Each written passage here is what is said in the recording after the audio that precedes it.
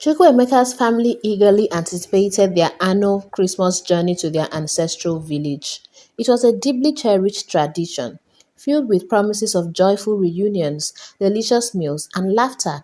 The children, Chika and Uche, were particularly excited. Their animated chatter about playing in the village's open fields and seeing their cousins filled the house with festive energy. For Ada, however, the usual excitement was tinged with a heavy sense of foreboding. Every time she thought about the journey, her chest tightened. This year felt different. Nai, let's dedicate this trip to God in prayer and fasting, she said one evening, her voice trembling as she folded clothes into the family's travel bag. Chukwuemeka laughed lightly, sitting at the dining table with his newspaper. Ada, you worry too much. What's there to pray about? It's just another trip to the village. Chika, overhearing, joined the conversation with a teasing grin. Mama, are you sure you are not imagining things again? Maybe you've been watching too many Nollywood movies. Even Uche chimed in, mimicking an exaggerated something bad is coming. The siblings burst into laughter, leaving Ada feeling both irritated and determined. You can laugh, but we must pray, she insisted. Her husband shrugged, dismissing her concerns as overthinking. Ada began spending long hours in prayer, waking up in the early hours to kneel by the bed, whispering fervent requests to God for protection. On the night before their departure, she had a vivid dream. In it, their vehicle was stranded on a dark, deserted road. Shadowy figures loomed ominously, and the sound of distant cries echoed in her ears. She woke up sweating, clutching her Bible as if it were a lifeline. This is a sign, she whispered, determined to continue praying. 2 days before their departure, Chukwuemeka was on his way home from work when he noticed Mama Obioma, an elderly woman from the neighborhood, standing by the roadside with heavy bags. Ever the helpful soul, he pulled over to assist. Thank you, my son, she said, settling into his car with a grateful smile. Her tone grew serious as they drove. I feel something unsettling around you. Pray before you journey. Danger is close. Chukwuemeka glanced at her, caught off guard. Mama, it's just a routine trip to the village, he said, trying to dismiss her words, though they gnawed at him. She shook her head solemnly. No journey is ordinary. Prayer can turn unseen dangers into blessings. Her words lingered long after he dropped her off. That evening, Chukwuemeka paced the living room, unable to shake the unease. Ada, perceptive as always, noticed his restlessness. Chukwuemeka, what's wrong? It's nothing, he replied too quickly, unwilling to admit that Mama Obioma's warning had shaken him. He waved off her concern, but when he lay in bed that night, sleep eluded him. He couldn't stop hearing her words. The following day, Ada reminded him to gather their travel document. We should pray before we go, she suggested. We'll pray, he said curtly, but his heart wasn't in it. Her insistence irritated him, yet he couldn't deny the faint whisper of doubt creeping into his mind. The tension between them grew, but Ada, sensing his turmoil, chose not to press further. Instead, she turned to her Bible quietly, praying for God's protection over their journey. Meanwhile, Mama Obioma lit a candle in her modest home. She whispered a prayer asking God to shield Chukwuemeka's family from harm. Guide them, Lord, she murmured. The stage was set, but unseen forces were already moving, and Chukwuemeka was about to learn that no warning should be taken lightly. The morning of their journey started with a frustrating delay. Chukwuemeka's reliable car refused to start. He popped the hood, inspecting the engine with furrowed brows, muttering under his breath. Nai, this is a sign, Ada exclaimed. Her hands clasped in worry. We need to pray. Let's postpone the trip. It's just a mechanical issue, Chukwuemeka replied, brushing her concerns aside. I'll book seats on a commercial bus. We are not delaying. Ada's protests were met with his stubborn resolve. Soon, they found themselves at the bus terminal, boarding an aging vehicle with worn-out seats. Ada's unease deepened as she took in the state of the bus, her instinct screaming for her to insist they wait another day. Are you sure about this? She asked, "We'll be fine," Chukwuemeka assured her, even though he felt a pang of doubt as the driver started the engine with a loud sputter. The bus rattled onto the highway, its passengers chatting and laughing. Ada tried to ignore her apprehension, but found her gaze drawn to an elderly man seated at the back of the bus. The man's intense eyes were fixed straight ahead, his lips moving silently as he clutched a rosary. Something about him felt different, almost otherworldly. Ada nudged Chukwuemeka. "Look at that man. He's been praying since we left." Chukwuemeka shrugged. "Some people are just very devout." But Ada couldn't shake the feeling that the man's presence was significant. She whispered a quiet prayer, asking for divine protection. Unbeknownst to them, forces beyond the physical were already working against their journey. In their ancestral village, Mamachi Zoba sat on a wooden stool, watching the hustle and bustle of preparations for the festive season. Her gaze darkened as she spotted the arrival of crates and baskets, gifts sent ahead by Chukwuemeka's family. "That family thinks they are better than the rest of us," she muttered under her breath. Her heart burned with envy as she recalled the warmth and joy that always surrounded them. Her bitterness reached a boiling point. She visited the home of a feared Dibia, a traditional healer known for his mastery of dark rituals. "I want their happiness destroyed," she declared, her voice quivering with anger. "Ensure they don't make it to the village." The Dibia smirked, his eyes gleaming with malice. "Their journey will not be smooth," he promised, motioning for her to sit. He began his ritual, muttering incantations over a clay pot filled with murky fluid. The air grew heavy, and shadows seemed to dance on the walls. The Dibia's voice grew louder, his chants echoing ominously in the small hut. Mamachi Zoba watched, her envy fueling her determination. She didn't care about the consequences, so long as Chukwuemeka's family didn't arrive to bask in their usual glory. As the Dibia completed his ritual, he handed her a small black charm. "Place this where they will pass. It will ensure their journey is fraught with obstacles." Mamachi Zoba clutched the charm tightly, her lips curling into a sinister smile. But what she didn't realize was that Chukwuemeka's family was already under a higher protection, one far beyond the reach of the Dibia's dark arts. Forces of light were preparing to counter every dark move she made, though the battle ahead would test everyone's faith. The bus rumbled onto the highway, a cacophony of chatter and laughter filling the confined space. Passengers shared snacks and exchanged light-hearted banter. Chukwuemeka, feeling the festive atmosphere, joined in the conversation, momentarily putting his wife's unease out of his mind. Beside him, Ada sat quietly, clutching her Bible. Her lips moved silently in prayer, her heart weighed down by an unshaken sense of fear. As the bus approached a stretch of winding road, the sunny skies darkened without warning. Clouds gathered, and a heavy downpour followed, drenching the landscape. Visibility was reduced to a mere blur, forcing the driver to slow down. The passengers' energy shifted, their chatter dwindled, replaced by an uneasy silence as the rain lashed against the windows. Ada's grip on her Bible tightened. The rhythmic hum of the bus's wipers did little to ease her nerves. As she peered out the rain-streaked window, her breath caught. There, on the roadside, stood a figure. It was motionless, drenched, and eerily faceless. The bus sped past too quickly for her to fully register the sight, but her chest tightened with fear. "Did anyone see that?" she whispered.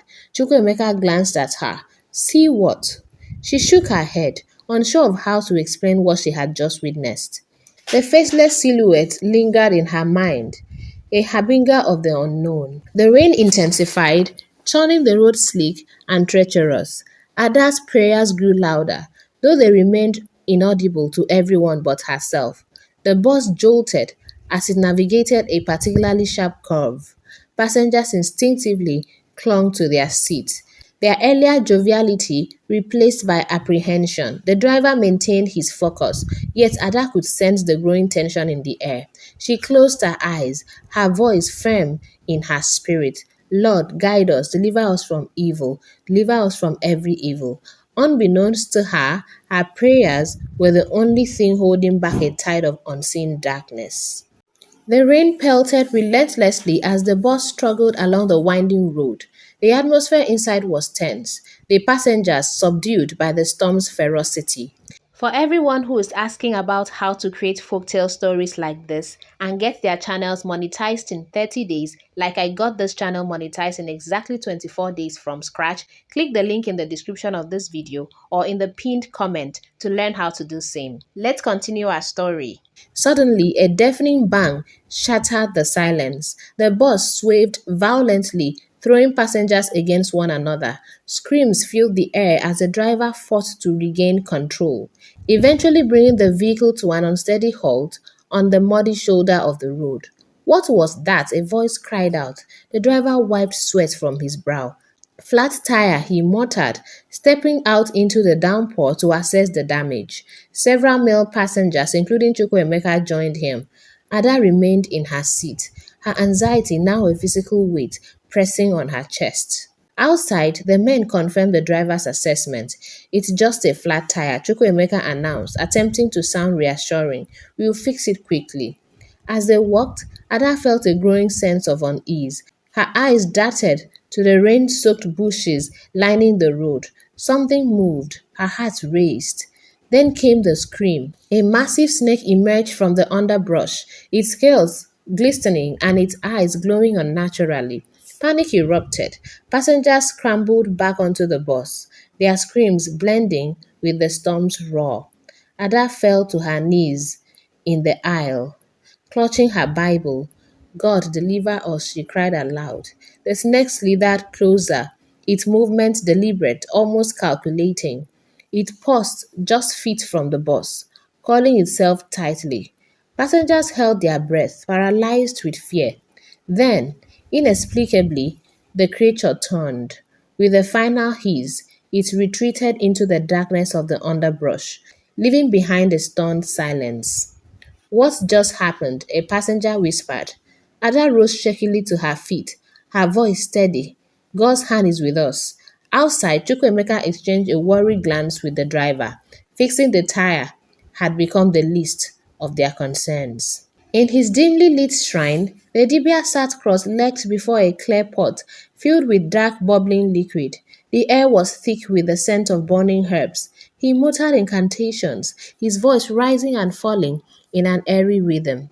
Nearby, Mama Chizoba stood impatiently, her arms folded. It isn't working, she snapped. You promised to stop them. The Dibia's eyes flickered with irritation. Their prayers are disrupting the ritual, he said. Your targets are protected by a force far greater than my powers. Mama Chizoba clenched her fist. So what do we do now? The Dibia leaned closer, his tone grave. I need something personal, an object that belonged to one of them. Only then can I channel enough energy to break through their shield. Meanwhile, back at the stranded bus, Ada's unease had not subsided. As the rain lessened to a drizzle, she noticed the elderly man, Nnamdi, who had been quietly observing everything. He approached her, his face calm yet solemn. Keep praying, he said softly. The battle is not over. Ada looked at him curiously. Who are you? He offered a faint smile. A messenger. You'll understand in time. His cryptic response unsettled her, but his presence also brought a strange sense of reassurance. The men finally managed to fix the tire, and the passengers reboarded the bus. The driver resumed the journey cautiously, but the tension in the air remained palpable.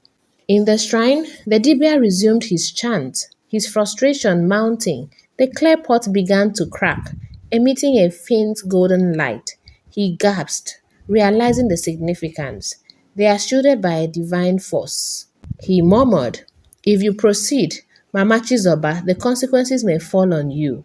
But Mama Chizoba's envy blinded her. Do it, she commanded. The Dibia hesitated, then continued the ritual. Unknown to them, a far greater power was already at work to thwart their plans. The bus eventually came to a stop at a small roadside inn. The passengers, who were drenched and tired, filed inside. The inn was cramped, its walls damp from the rain, but it offered shelter from the storm. Chukwuemeka helped settle the children into one of the rooms, while Ada found a corner to kneel and pray. Her heart was heavy, but her faith remained unshaken. At midnight, she heard a knock at her door. Opening it, she found Nnamdi standing there. His expression was serious. "It's time to pray," he said. Ada hesitated. "It's late. Everyone is tired." He interrupted gently but firmly. "The battle is spiritual. Gather the passengers. This is no ordinary journey." Moved by his urgency, Ada woke Chukwuemeka and explained the situation. Together, they roused the other passengers, who reluctantly gathered in the inn's small common area. Nnamdi stepped forward. "This journey has been targeted by forces beyond the physical. We must pray together for divine intervention." Though some were skeptical, Ada began leading the prayers, her voice steady and resolute. Soon, others joined in, their voices rising in unison. Miles away in her village, Mama Chizoba awoke with a start. Her chest heaved as she gasped for breath. In her dreams, she had seen a blinding light surrounding Chukwuemeka's family, repelling every dark force sent their way. The Dibia's warning rang in her ears. "You can't fight those protected by God." The clay pot in the shrine shattered completely, its content evaporating into golden mist. The Dibia stared in shock. "It's over," he muttered. "The power of their prayers is too strong." As dawn broke, the passengers in the inn finished their prayers. Their spirits lifted despite the challenges ahead. Ada looked for Nnamdi, but he had disappeared as mysteriously as he had come.